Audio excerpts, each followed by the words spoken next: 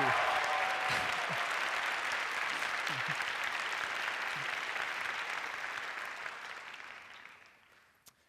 As we all know, from colonial times up until the 1960s, tobacco formed a huge part of American culture. Everybody smoked, it was recommended by doctors, and it formed part of the social fabric. Of course, two and two were slowly put together, and the effects of tobacco were recognized. Now, this was fiercely resisted by the tobacco industry, which had an incentive to keep people trapped in a vicious cycle, however destructive, but as research grew, it was hard to deny what was going on. Today, we're facing a new tobacco that has quietly taken the world by storm and has been called one of the fastest-moving, most global experiments ever unconsciously conducted: internet pornography. So, our sexual drive is obviously natural and part of the human experience. However, modern porn, aimed almost universally at men, has hijacked our sexuality in a way that our evolutionary brains were never equipped to handle, and a growing body of research is shedding light on some of the effects that widespread consumption of porn may be having. Porn delivered over the internet in infinite variation exploits a phenomenon known as the Coolidge effect, named for an urban legend about former President Calvin Coolidge. As the president and his wife were separately touring a farm, the farmers pointed out a rooster to Mrs. Coolidge that fertilized hens dozens of times a day. Maybe a little bit jealous, the First Lady said, "Tell that to Mr. Coolidge."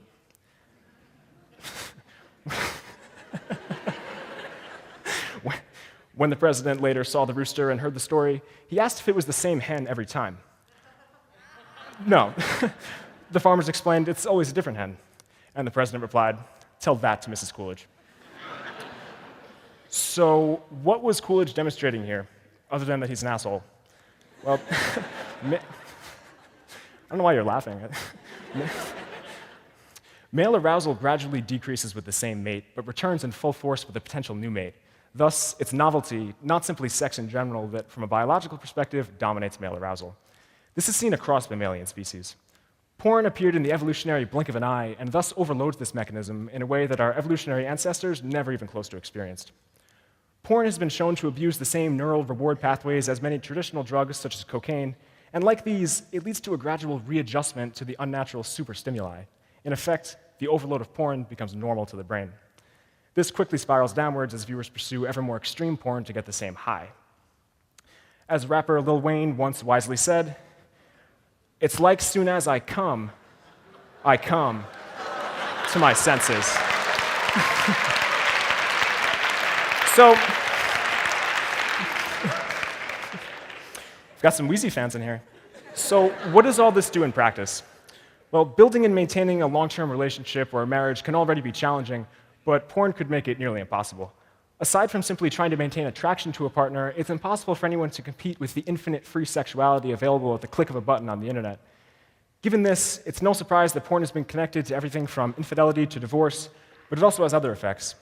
It's been shown to increase acceptance of violence against women, and while clearly everyone who views porn is not a rapist, it's been shown to act as a predictor of rape on college campuses. But porn is big business. Worldwide, the industry makes around $97 billion a year. To put that figure in perspective, here it is next to the revenues of some companies that we might think of as having a large cultural sway, and we get a sense of just how big of a deal pornography really is. Part of how all this is sustained is through the widespread abuse and exploitation of women.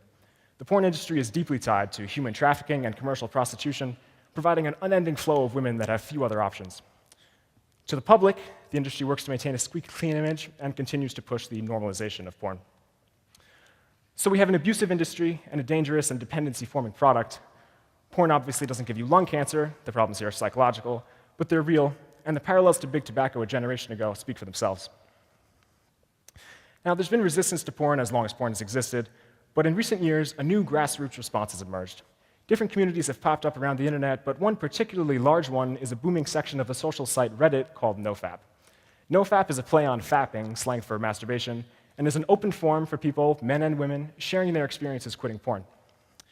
Founded by 25-year-old web developer Alexander Rhodes, NoFap is secular, although all beliefs are welcome, and serves to provide peer support for those trying to reboot their sexuality by going long periods of time, often months, abstaining from porn and masturbation. Contrary to popular belief, that gets easier over time, not harder. Users on NoFap even keep badges next to their posts and comments indicating how long they've gone without porn or masturbating. Interestingly, even over the anonymity of the internet, some people don't want their virtual identities associated with porn, and a separate forum community on nofap.com has actually outpaced growth of the community on Reddit, and is one of the few old-style internet forums actually still growing. So the stories documented on NoFap are incredible, as are the lengths that people go to keep from masturbating, but it's all worth it. As one user summed up, porn ostracizes you from your loved ones. It separates you. What we do here, it brings you together. Now, I grew up Christian, and I'd certainly identify as Christian today. My whole life I was avoiding porn, but when I discovered NoFap, I realized just how fortunate I was to have that idea planted in me in the first place, and how large of a problem it is for many, many others. To this day, I'm amazed that people from all walks of life have discovered this issue and addressed it in their own lives, and that thousands who have never met are giving each other profound support on their common journey. But I noticed a common challenge with NoFap. While there's a lot of great content floating around the community and the internet to keep yourself motivated, it could be hard to get you in the moment. So with some naive enthusiasm to help, I coded a panic button that you could click to show motivational and inspirational content, some of it directly related to porn and some not. This was not intended to be big, and it's obviously not particularly technically sophisticated, but I thought the community might like access to centralized motivation. Whoops. When NoFap put the button up, 3,000 people used it on the first day. Today, the panic button is used millions of times a year by people around the world trying to kick their porn habits. By suggestion from the community, users can now even submit content for others to see, and of course, the whole thing is open source. So with all this traffic, we can actually get some interesting data. People quitting porn on NoFap are overwhelmingly young, the majority actually below 25. Faith is an important aspect for some, but the majority of NoFap is non-religious, around 80%. And while this is far from a male-only problem, it is also overwhelmingly male, over 90%. As we can see here, California is clearly the horniest state, but they're probably just the most populous. So this movement touches on a lot of issues, from gender to politics to economics, none of which I'm remotely qualified to talk about. What I can attest to is the emergent culture surrounding this idea of avoiding porn and masturbation. In a corner of the internet where misogyny is sometimes the norm, an incredible community has built around repairing and maintaining real-life relationships, undoing what porn has made men think of women, and bringing back our healthy sexuality. But that's not it. NoFap is filled with heart-lifting stories about saved relationships and marriages, but also saved careers, ambition, creativity, and drive so profound that the community has dubbed the effects of quitting porn superpowers. Abstaining from ejaculation for around 7 days has been shown to increase testosterone in men by about 45%. This has even become something of a yuppie phenomenon, appearing in major cultural news sources like the Huffington Post and Vice, but also places like Business Insider. Young men everywhere are avoiding the numbing effects of porn not simply for sexual or ethical reasons, but to gain an edge in their careers and everyday lives. As one user explained, I've been able to do things I never thought I would be able to do. Asking a girl to prom, starting and holding conversations with strangers, being able to achieve when most people just throw in the towel at the first sign of adversity. So despite the doom and gloom, I actually see this as a really positive story about how the human spirit is alive and well. Ultimately, the growth of NoFap epitomizes the double-edged sword of technology. We can tear people down, or we can help them up. But it also highlights the kind of conversations that we need to have culturally in a fundamentally free society. Thank you.